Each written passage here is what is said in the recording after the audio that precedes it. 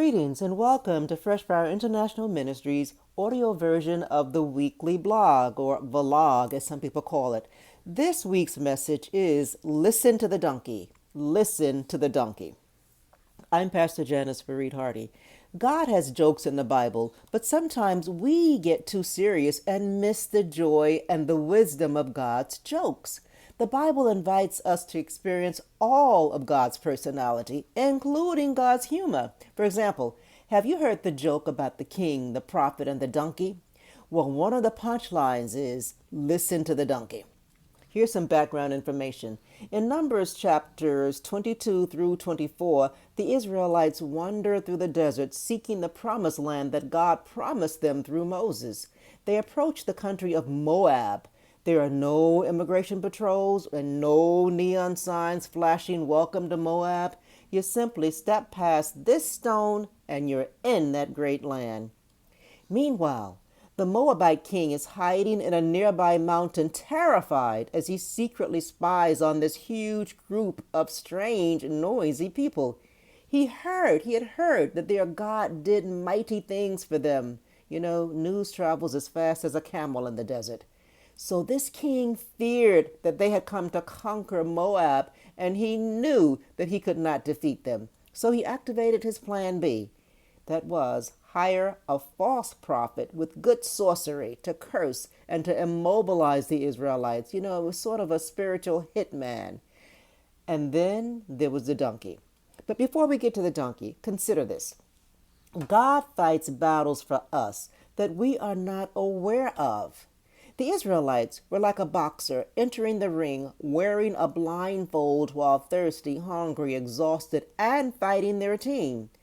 You know, those kind of situations, they're really opportunities to seek and to grow in God. But instead, the Israelites focused on the troubles. Small vision and complaining blinded them from seeing the bigger enemy that was lurking, that danger that was lurking in the mountains. God protected them, and God protects us from unseen danger. The enemies and the problems that we see are small compared to the battles God secretly fights for us. For example, Jesus told Peter, Satan wants to sift you, but I have prayed for you. That's in Luke 22:31 through 32. Peter had no idea of the attacks that were aimed at him, but Jesus said, I've covered you. And God covers us also. Now, before we get to the donkey, think of this. Anyone opposing God goes insane. When the false prophet finally accepted the cursing gig, God used him mightily. The king kept ordering the false prophet to curse, but God kept making that prophet speak greater blessings over the Israelites. They repeated this a few times, even changing locations for better cursing and animal sacrificing. And each time it took hours. So the king, false prophet, and assistants perspired for hours in the hot desert sun trying to curse people who could not be cursed. Now, you know that's insanity. And you know that insanity means doing the same thing the same way, but expecting different results. So finally, in anger, the king fired the false prophet and refused to pay him. The false prophet basically put a curse on the king and his country.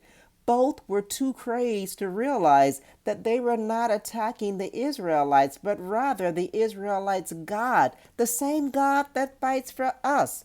No one can curse us because we are just too blessed. Now about that donkey, and I'm going to quote Numbers 22, verse 23. When the donkey saw the angel of the Lord standing in the road with a drawn sword in his hand, she turned off the road into a field. Balaam, the false prophet, beat her to get her back on the road. When the false prophet accepted the cursing gig and traveled on his donkey, that donkey, she, kept seeing the angel of the Lord with a drawn sword blocking the way. So she kept diverting to save herself and the false prophet. But the false prophet did not see the angel, so he kept beating his donkey for not proceeding. Then God allowed the donkey to talk. and the false prophet talked back to the donkey as though he were talking to a man. That's insanity. So the donkey had the eyes of a prophet, and the false prophet had the eyes of, well, whatever. Out of mercy, God eventually opened the false prophet's eyes and he got off his proverbial high horse, or donkey, finally seeing and hearing God. Regularly, we must give ourselves an eye test to ensure our own motives aren't blinding us from seeing God's will or acting like a human donkey. In the end, the Israelites wandered on, unaware of the danger. The king and the false prophet walked away empty-handed, and that donkey walked down the mountain shaking her head at the madness she had just witnessed. So in life, listen to the donkey, and this is the donkey wisdom. Go only where God sends you, speak only what God says, and pity the fool who doesn't realize that you can't be cursed because you are too blessed by the all-powerful God. And one more donkey lesson is, don't be so serious. Go have some fun laughing with God today. The joy of the Lord is your strength. God bless you. We hope you will join us next week for an audio version of the blog. And please visit our website, www.ffIministries.com. Again, God bless you.